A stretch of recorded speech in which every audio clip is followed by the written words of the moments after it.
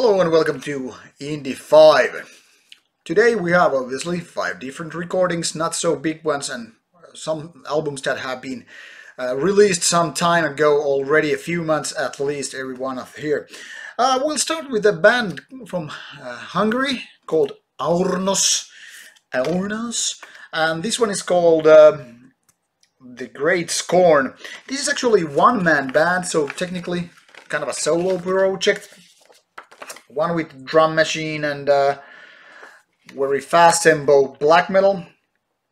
Here's how it looks like, the actual CD inlay. Here's Mr. Guy of the band, only member of the band, and the obviously CD inlay. Not much art to show you in here basically, but at least you get the idea. Released by a symbol of domination from Russia. And label that is very active with its release, but to be honest, quite a little of variation when it comes whether the albums are good, mediocre, or just utter crap. Aornos is one of the better ones, and I said it's a solo band. It's very sinister, very aggressive, fast tempo, black metal, not very original as such, but the whole atmosphere on this album is something that is really dark and kind of oppressive. Like I said, sinister. It's just like something bad is about to happen. While there's a drum machine used, it's not really annoying actually. It's really good, at least compared to drum side. And since it's all aggressiveness, it's over there. All the riffs just are wonderfully played, and the shrieky vocals, overall mixing, everything is just like in place. There are some minor flaws, which are the problems or reasons why I won't be calling this one like one of the better ones, better black metal albums this year. However, the overall feeling is that this is actually quite nice and strong album. There's a kind of like nice intro after which the album just blasts away and becomes something that is really nice to listen to.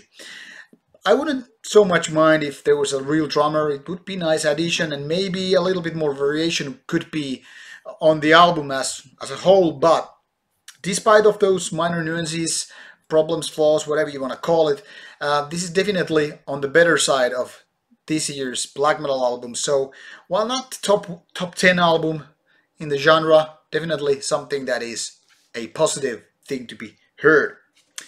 Now, next one is also black metal album, this time from Finland. It's from a band called Cavus, and this is their, if I remember correctly, second album, The New Era. Now, this album also opens up with a nice intro. It's a little bit lengthy, but then again it's creating this really nice bad omen feeling, the kind of atmosphere that you're just, like, oh, something creepy is coming your way. But the only creepy on this album is, unfortunately, the lack of proper production. Everything on this album is quite annoying when it comes to the final mix. And now I must tell you a story. I already did a written review of this album based on this album, well, for obvious reasons.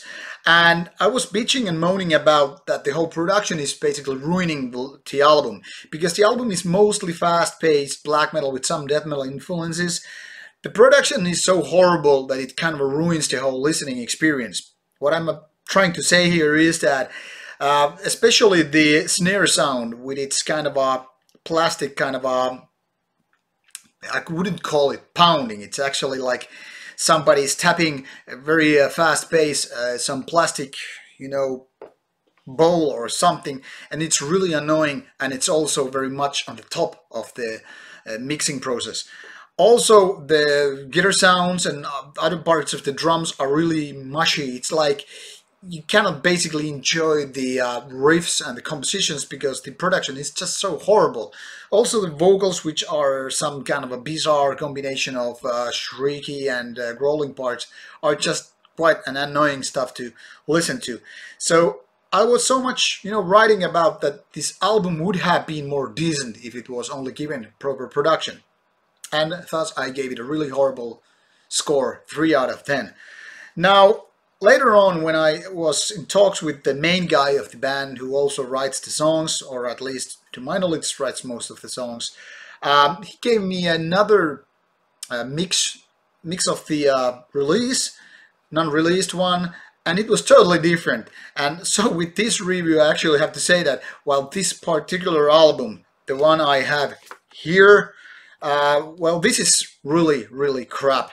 But the other one, which is never been released, it's actually a recent mix, considering that this album is out, was already out in I think early 2018, and this latest mix, which is from this fall, I think, that is so much better, and I just wish that it was released, but due to very many problems with the band and the album, it never ended up getting a good production for this album. So who knows what the future will hold, but at least this version of the new era is just crap that you want to stay out of. It's sad because the band previously did a great debut album, or at least good debut album, and also a good demo before that, and the second album is just unfortunately quite crap, to be honest. So avoid it at all costs, and let's hope that in the future the better version of the album will come out. I don't know about that, but at least I know it's possible to do that. Our next stop takes us to Russia with a band of 20 years of age, but not yet on the big map, on the metal, globally at least. This one is called Grimorium Verum. I don't know where they came up with a name like that, but who cares? This is Revenant. This is also a band which names all their albums starting with R in Russia or Finnish, and one syllable kind of a thing. Not syllable, but one word anyway. This is a band that plays actually very much to Cradlefield, Arcturus and the like, so very symphonic, very synth-filled, very dramatic, kind of a black metal or extreme metal in a way.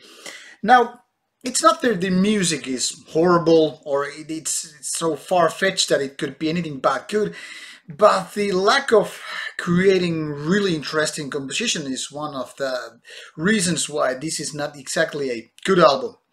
Being quite mediocre overall, this band tends to be so overly dramatic and kind of attempting to reach too high for its own good that the outcome is rather, well, like I said, it mediocre. There are lots of ideas with this synth-filled stuff that actually could be honed to so-called next level. The bands I already mentioned before, but unfortunately, at least with this album still, the band is lacking the kind of a skill, the vision, the talent or whatever to be exactly a good band, good album or whatnot. But, like I said, if you are interested in such bombastic, dramatic, symphonic black metal stuff, give these guys a chance. Who knows, maybe they are your cup of tea after all. Then we move to United States of America with a band that has been away for 10 years. This is their third album called Tree the Forest Within the Tree. I don't know. Sounds kind of hipster title to me by a band called Deadbird, but what do I know? Nothing, absolutely. Beautifully done digipack, threefold here, is kind of revealing you the fact that this is nowhere near extreme metal. Well, it's hardly metal. It's kind of a sludge meets, doom meets, different types of metal, but not actually sounding very metallic. This is the kind of type of hybrid that actually annoy me. Not because I am annoyed by default by hybrids or anything, but the reason is that Deadbird has created an album that lacks, well, good songs, good production, good vocals, actually anything that is something close to good. The thing is, they have clearly picked, like cherry picking, all kind of stuff, but these ideas, these pieces are not very compatible with each other. To me, it kind of sounds like they are clueless where they are going. Now, I'm not saying that this album might not be good to certain pair of ears. Maybe it's just me who is not getting how do you know, create a good sludge album. But the overall feeling is that these guys are not doing great riffs. And as such, the compositions are, in my opinion, a little bit pointless. Also, the lack of good vocals are very much something that kind of bothers me, because it's not like there's good growling, shrieky, good clean vocals or anything, but somewhere like, I don't know, these guys are almost trying to shout, but it's not like they're going hardcore or crust. They're not even that strong of a crawling, because it's just like something they are like holding back inside. And it feels like to me that these guys are not putting their everything in the game, but everything is doing like a little bit that way, a little bit the other way, and not properly creating anything good. So I find this album quite a dull piece, more on the bad side than even good, mediocre side, say that. But I don't know, for sludge fanatics this might be a good thing, and probably getting hate mail for this, but I think Deadbird has, you know, struck their axes to stone, and as such the result is not very good. But here it is, the worst album of this whole compilation called Indie 5. This is from Greece. It's a very new band called Horrorgraphy. To be honest, when I got the album, I was thinking that this should be probably some death metal. I mean, look at the album title and the name of the band. Well, kind of a gothic, yeah, but still I was like getting like, okay, Horrorgraphy. This is something really creepy, something really brutal and stuff like that. Sorry, lyrics that way, obviously. But to the contrary, this is actually very much filled with horror, and to my disappointment, for the horror of the listener, because the music is actually very horrifying. Not because it is haunting or just like I don't know, scary, but it's actually so bad. It's really horrifying. It's like scaring the shit out of me, because all the songs here are just really bad. Now you might notice that you say Therion cover on the song, and that is clearly the best song on the album, by the way. It seems that the band has been trying to copy or emulate what Therion is doing. Also, some crappy parts of Cradle of Filth leftovers have been picked by this band, and they have, you know, tried to create a masterpiece out of those, well, leftovers, which are usually taken to the junkyard, and create an album with those elements. And to be honest, this is one of those albums that I like to facepalm more than anything to.